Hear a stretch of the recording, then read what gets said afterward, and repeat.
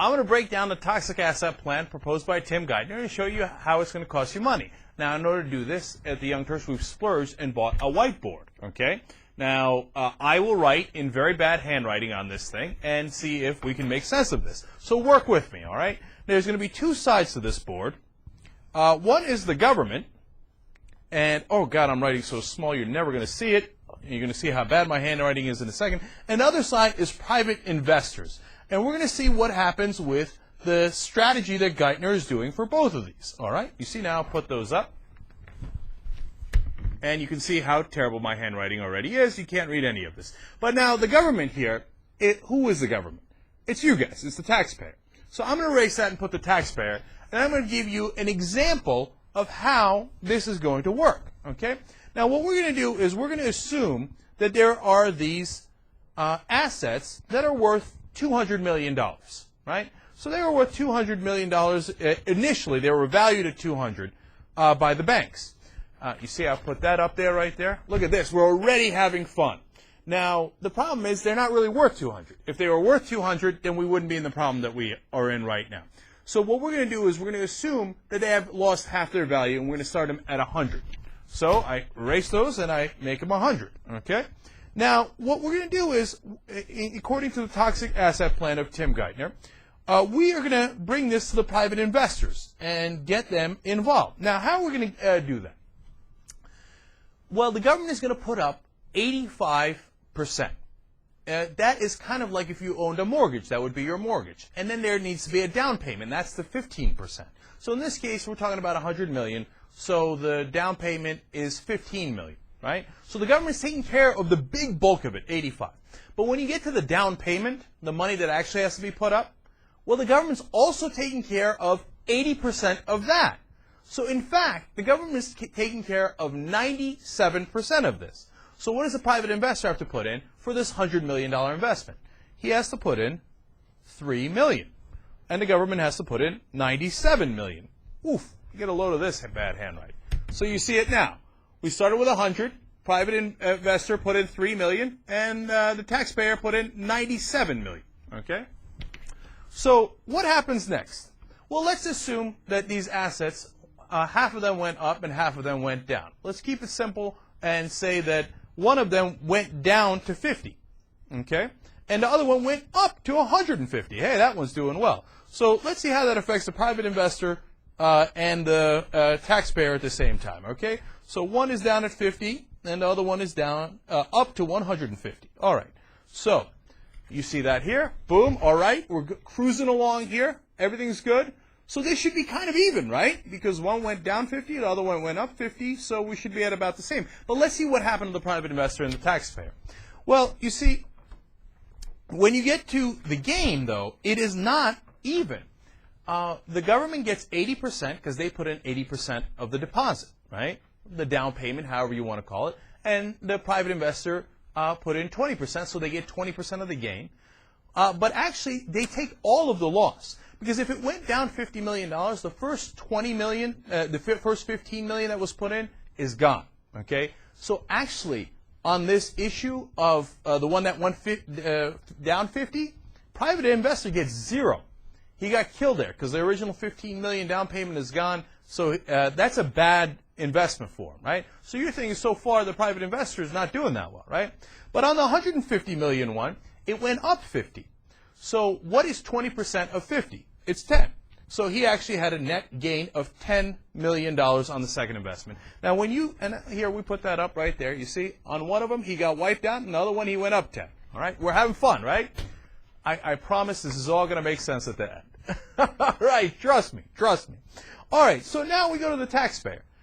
Hey, one of them went down 50, so he's down all the way to 47 now because he originally had an investment of 97, right? Now, that's actually good and bad. Now, it's bad because he lost a lot more money than the private investor, but it's good because he didn't lose his whole investment like the private investor did, okay? Now, but that's going to be an issue in a second as you see how the math unfolds. Now, when we go to the one that gained 50, well, he's got 80% of that gain. So he's doing pretty well there. He went up 40, right? Now, so you see, Private investor lost his money here on the first one, but then gained 10 million, and then the other one, the taxpayer gained 40 million, but lost 47 million on the one that had losses. So now the curious thing happens. You add this up, and you say, all right, well, originally the private investor had put in 6 million, and now he's got 13 million left because one of the 3 million got wiped out. The other 3 million is still there, plus he got the 10 million in gains. So 13 minus 6, well, look at that. He's made $7 million. Now we go to the taxpayer. Now, he lost 47 million here, but he gained 40 million. So, hey, wait a minute, 47 and 40, he actually lost $7 million. And if you do the math and you get the 97s put together and you take out the 47 and you put the 40, you get minus 7. So now look at the board. Wait a minute, how did that happen? The private investor got $7 million in his bank account for the same exact investment, and the taxpayer lost $7 million. Huh, financial voodoo. Well, that happened because the government took all the risk. They put in $97 million, and the investor only put in $3 million. Now, this is an example with $100 million, right? But the reality is it's not $100 million, it's $1 trillion. And when you look at this in terms of $1 trillion, and you do the math on that, what you're going to wind up with, and I'm being conservative here, because Paul Krugman puts this number at 100 to 200 billion. But what winds up happening is the private investor gains 35 billion, but look at that. The taxpayer loses $35 billion. And that is assuming that you were about even on this. That some of the assets went up and some of the assets went down. And that you guys invested in the same exact assets. And somehow the money went from the taxpayer to the private investor. And that is Tim Geithner's toxic asset plan.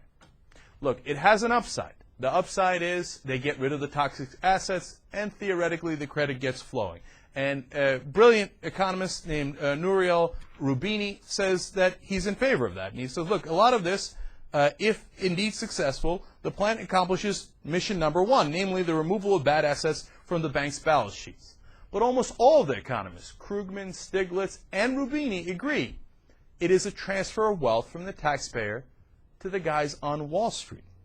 To the guys, not the same exact guys who caused the problem, because they'll be private investors that are different from the banks, etc., but the same financial industry. Here, I'll quote Roubini, who, even though he's in favor of this plan, explains, but let's not have any illusions. The government bears the risk if and when the investors take a bath on the taxpayer-provided loans. If the economy gets worse, it could get very ugly very quickly. The administration should be transparent in making clear that there is still a wealth transfer taking place here, from taxpayers to investors and banks.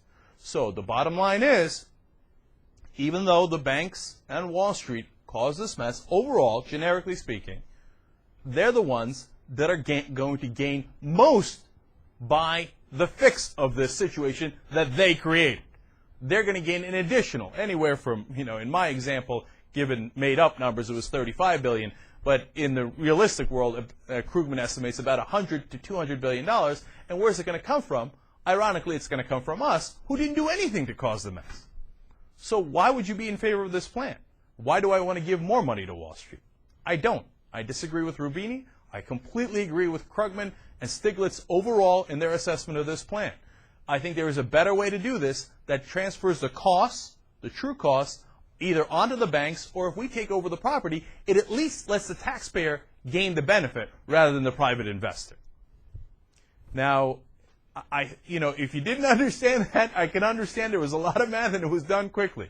You know what I need you to do when you get a chance? Become a member of the Young Turks, rewind it, okay, and watch it over again. And you'll get a sense of, the math is inescapable, and it has to do with how good a deal the private investors are getting. And I don't think that makes any sense at all.